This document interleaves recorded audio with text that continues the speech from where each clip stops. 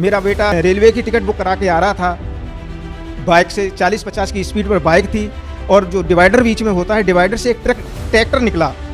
वो एकदम निकला, जो झाड़ियाँ थी डिवाइडर के बीच में झाड़ियाँ होती, उससे दिखाई नहीं दिया और वो आकर गाड़ी सीधी उस ट्रैक्टर में एक्सीडेंट हो गया उससे, जिससे उस मोटरसाइकिल भी टूट गई और जो हेलमेट था वो टूट गया पूरी तरह से।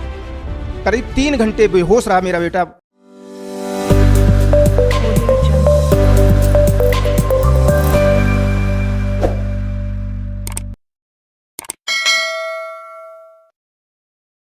सर नमस्कार। नमस्कार सर। सर क्या नाम है आपका? नंदकिशोर कश्यप। नंदकिशोर जी, कहाँ से आए हैं आप? ग्राम सलेमपुर, जिला मैनपुरी, उत्तर प्रदेश से। सर संत रामपाल जी महाराज जी से नाम दीक्षा लेने से पहले आप क्या भक्ति साधना करते थे? परम पूजनीय परमात्मा स्वरूप संत रामपाल जी महाराज की शरण में आने से पहले मैं शिव जी का उपासक था। शिव जी को इष्ट रूप में मानकर मैं भक्ति करता था।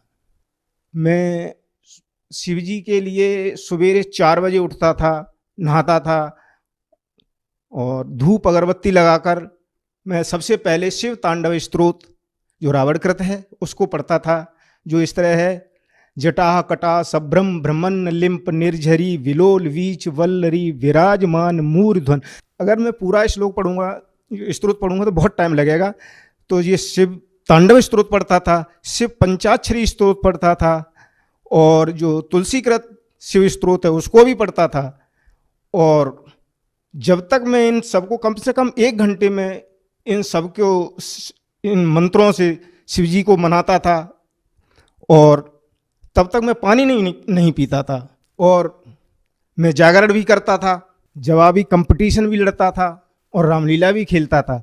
मैंने व्रत भी किए, शिव जी का जो शिव तेरस होती है वो भी उपास किया। नवरात्रों में जो माता दुर्गा है उनका भी जागरण करते थे, उपास भी करते थे और गणेश जी का भी ध्यान करते थे। इन सभी की पूजा करते थे मैं। सर आप इतनी सारी पूजाएं करते थे, आप शिव के बड़े भगत थे, आप भागवत कथा भी करते थे, आप खुद एक कथावाचक थे, आप लोगों को समझाते थे, तो फिर आपको संत रामपाल जी महाराज जी से नाम दीक्षा लेने की क्या जरूरत आन पड़ी? मैं यज्ञाचार्य था और यज्ञ करवाता था, हवन यज्ञ करवाता था, कलश पूजन करवाता था, सर्वभद्र पूजन करवाता था, नवग्रह पूजन करवाता था और आहुतियाँ लगवाता था। लेकिन इन सबको कराने के बाद भी मेरे मन में शांति नहीं होती थी और मुझे ये नहीं पता था कि मैं जो कर रहा हूँ वो सही कर रहा हूँ या नहीं कर रहा हूँ। इसलिए मैं संत रामपाल जी महाराज की शरण में आया। सर आपके अंदर जो व्याकुलता थी, आपके अंदर जो परमात्मा पाने की चाह थी, तो क्या संत रामपाल जी महाराज जी से नाम दीक्षा लेने के बाद आपकी जो व्याकुलता भगवान पाने को थी, क्या आपको भगवान की, परमात्मा की प्राप्ति हुई? सर जी, जो मैं यज्ञ करवाता था, हवन यज्ञ करवाता था, तो हवन यज्ञ करवाने के बाद भी मेरे मन में व्याकुलता रहती थी, अशांति बनी रहती थी। और जो लोग करते थे, हवन करते थे, वो मुझसे पूछते थे कि आपने जो हवन करवाया है इससे मुझे कुछ फ़ायदा नहीं मिल रहा है। तो मैं कह देता था कि आप महामृत्युंजय मंत्र का 1 लाख बार पाठ करा दो, उससे आपको निश्चित फ़ायदा मिल जाएगा। जब 1 लाख बार महामृत्युंजय पाठ करवा दिया तो फिर कहते कि अभी नहीं, मेरी कामना पूरी नहीं हुई, जिसके लिए मैंने करवाया वो पूरा नहीं हुआ है। तो कहते थे तो और करवा लो, 2 लाख बार करवा लो। लेकिन ये सब करवा रहे थे और मुझे इस चीज़ का ज्ञान ही नहीं था कि ये दुनिया क्या कर रही है, मैं क्या कर रहा हूँ। तो मैं इससे बहुत परेशान हो गया भगत जी, सर जी। तो फिर मुझे ये पुस्तक मिली ज्ञानगंगा, इससे कुछ लाभ नहीं मिल रहा था और जब लाभ नहीं मिला तो क्वेश्चन भी नहीं मिले, तो मुझे ज्ञानगंगा पुस्तक मिली। सर जी, मैंने जब पुस्तक पढ़ी तो मुझे पता चला कि जो शिव जी हैं, जो शिव जी की मैं साधना करता था, नवरात्रि दुर्गा करता था, इनसे तो कोई फ़ायदा होने वाला ही नहीं था। मैं सवेरे उठकर शिव तांडव स्तोत्र करता था, शिव पंचाक्षरी मंत्र का स्तोत्र करता था, तुलसीकृत स्तोत्र का पाठ करता था, गला सूख जाता था, पानी तब पीते थे जब इन सबका स्तोत्रों का अध्ययन कर लेते थे, इनको पठन कर लेते थे, उसके बाद पानी पीता था। लेकिन बाद में पता चला कि जो शिव हैं, जिनको मैं इष्ट रूप में मान रहा हूँ, मैं पूर्ण परमात्मा के रूप में पूज रहा हूँ, वो तो पूर्ण परमात्मा है ही नहीं, पूर्ण परमात्मा तो कोई और है। ये जब मैंने उस पुस्तक में पढ़ा तो भगत जी, सर जी, मेरी आंखों से आंसू बहने लगे। मैं रोने लगा कि हे परमात्मा, मैं कहाँ खोज रहा था आपको और आप कहाँ मिले आकर। हे परमात्मा, मुझ पर दया करो, मुझे भी अपनी शरण में लो परमात्मा। फिर मैंने उस ज्ञान गंगा के आधार पर बरवाला आकर संत रामपाल जी महाराज जी से नाम दीक्षा ली और नाम दीक्षा लेकर उनकी भक्ति की मैंने। सर, जब आपने संत रामपाल जी महाराज जी से नाम दीक्षा ली तो जो लाभ आप पहले चाहते थे, जिन चीज़ों की पहले आपको तलाश थी, क्या संत रामपाल जी महाराज जी से नाम दीक्षा लेने के बाद, उनके द्वारा दी गई सद्भक्ति को करने के बाद, क्या आपको कोई लाभ मिला? संत रामपाल जी महाराज जी से नाम दीक्षा लेने के बाद मुझे ये पता चला, पहला लाभ तो ये मिला कि जिसके लिए मैं सवेरे 4 बजे उठकर नहाता था, हवन करवाता था, पूजा यज्ञ करवाता था, और फिर भी वो साधना नहीं, वो परमात्मा नहीं मिला, और जिनके लिए मैं भटक रहा था, तड़फ रहा था, वो परमात्मा मुझे संत रामपाल जी महाराज के रूप में मिल गई। और मेरी सारी जितनी भी तमन्ना, जितनी भी इच्छाएं थी, वो सारी की सारी शांत हो गई।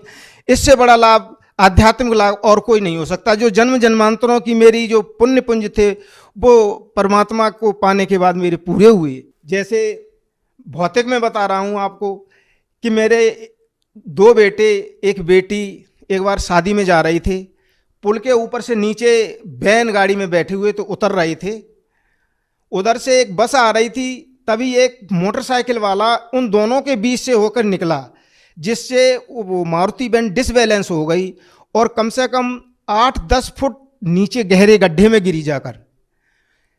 तो मैं परमात्मा संत रामपाल जी महाराज की शरण में था, इसलिए मेरे बच्चों का कुछ नहीं बिगड़ा।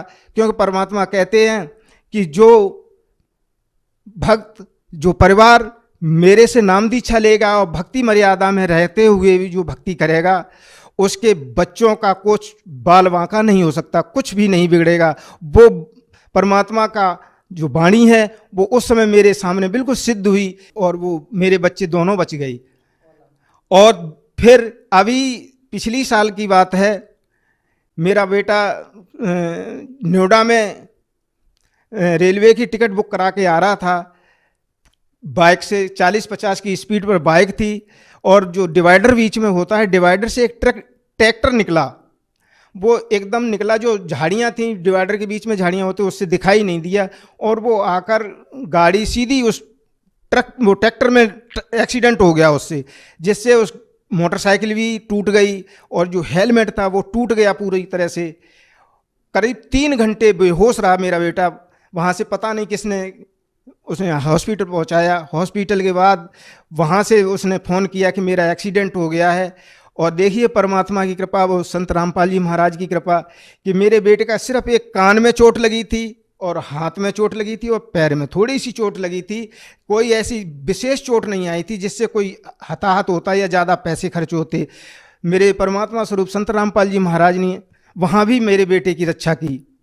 और तीसरा लाभ मैं बता रहा हूँ कि मुझे हर मार्च अप्रैल के महीने में बहुत भयंकर दस्त होते थे और बुखार आता था। बुखार इतनी तेज़ी से आता था कि मेरा माइंड था वो डिसबैलेंस हो जाता था। मैं आव बाव बकने लगता था, अनाप शनाप बकने लगता था, जिससे मेरे घर में बहुत लोग परेशान हो जाते थे, रोने लगते थे सब लोग, इतनी मेरी हालत ख़राब हो जाती थी। और ये हर साल होता था मार्च और अप्रैल के महीने में।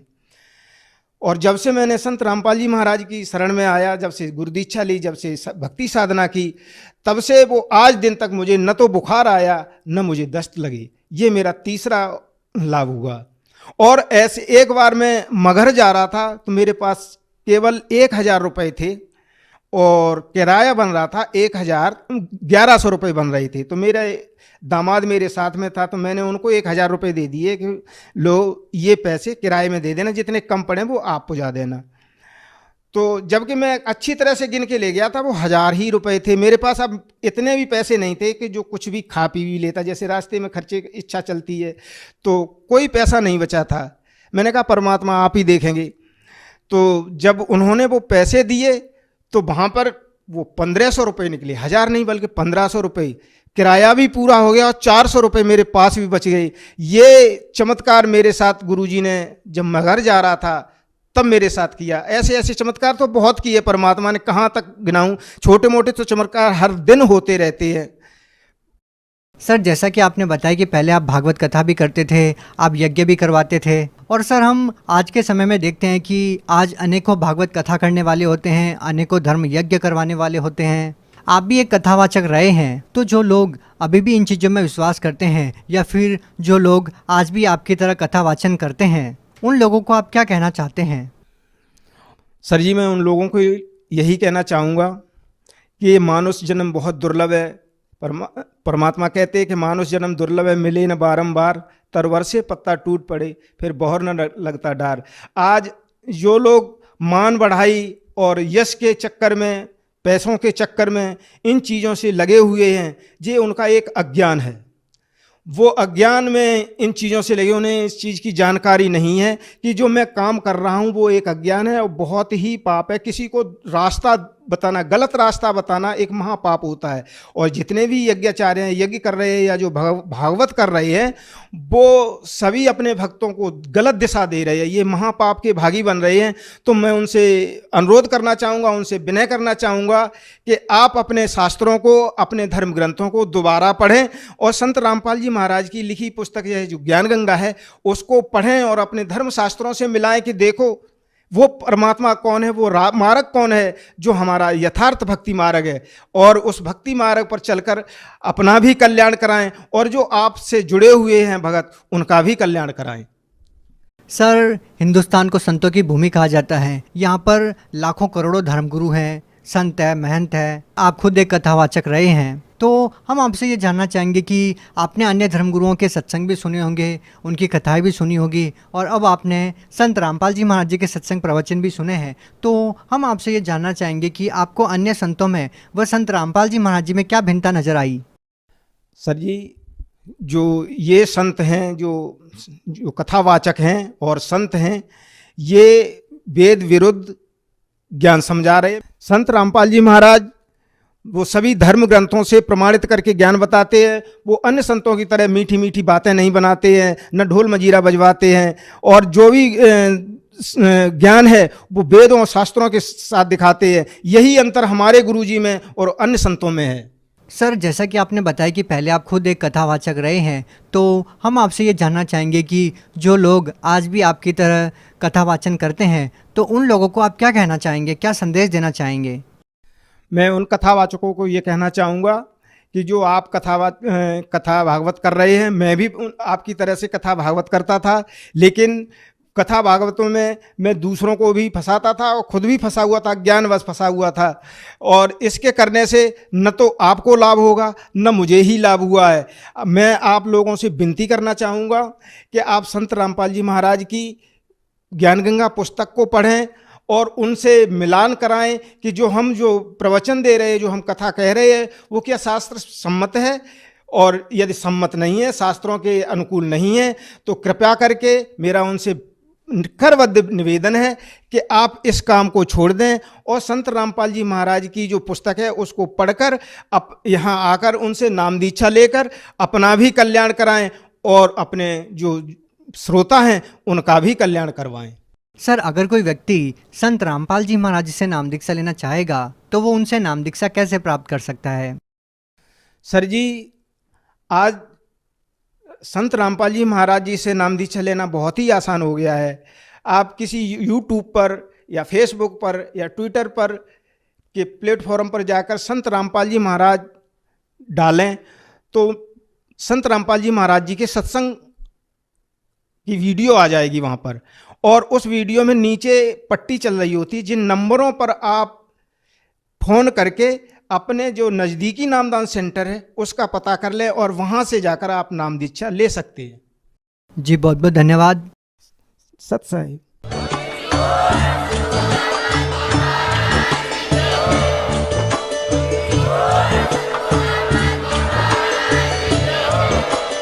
आप आप सुन रहे थे जगत गुरु तत्वदर्शी संत रामपाल जी महाराज जी के मंगल प्रवचन। अधिक जानकारी के लिए विजिट कीजिए हमारी वेबसाइट www.jagatgururampalji.org। संत रामपाल जी महाराज जी के शुभ आशीर्वाद से पूरे विश्व भर में 500 से भी ज्यादा नाम दीक्षा केंद्र हैं, जिन पर संत रामपाल जी महाराज जी द्वारा ऑनलाइन निशुल्क नाम दीक्षा दी जा रही है। अपने नजदीकी नाम दीक्षा केंद्र का पता करने के लिए संपर्क करें 8222880541।